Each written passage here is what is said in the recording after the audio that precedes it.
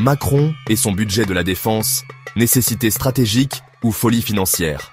Le 5 mars 2025, Emmanuel Macron a annoncé une hausse audacieuse des dépenses militaires françaises, visant à les porter à 3,5% à 5% du PIB. Mais cette ambition se heurte aux réalités économiques de la France. Une dette record à 112% du PIB et un pouvoir d'achat stagnant. Abordons d'abord le budget et la dette publique. Cette augmentation des dépenses de défense devrait ajouter 0,8 points de pourcentage au déficit public en 2025, dépassant ainsi les critères de Maastricht. Avec un taux d'intérêt de 3%, la France devra supporter une charge d'intérêt supplémentaire de 8 milliards d'euros par an, risquant ainsi un déclassement de sa note souveraine de AAA. Parlons ensuite du pouvoir d'achat.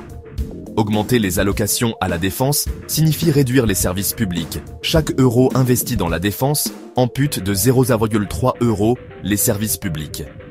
Les prix de l'énergie, déjà en hausse de 15% suite aux sanctions contre la Russie, subiront une pression supplémentaire. Sur le plan industriel et social, le tableau est contrasté. Certains secteurs en bénéficient, mais globalement, le PIB par habitant pourrait baisser de 0,7% malgré une croissance prévue de 3%. Envisageons maintenant des solutions potentielles.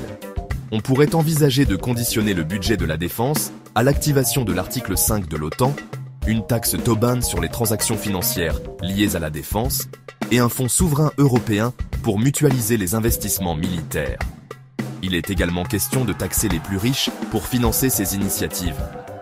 En résumé, la stratégie de défense de Macron représente un pari économique risqué. Elle vise à renforcer l'indépendance stratégique de la France, mais risque d'accentuer les fractures sociales et budgétaires. La France doit trouver un équilibre entre des besoins sécuritaires urgents et une potentielle instabilité financière.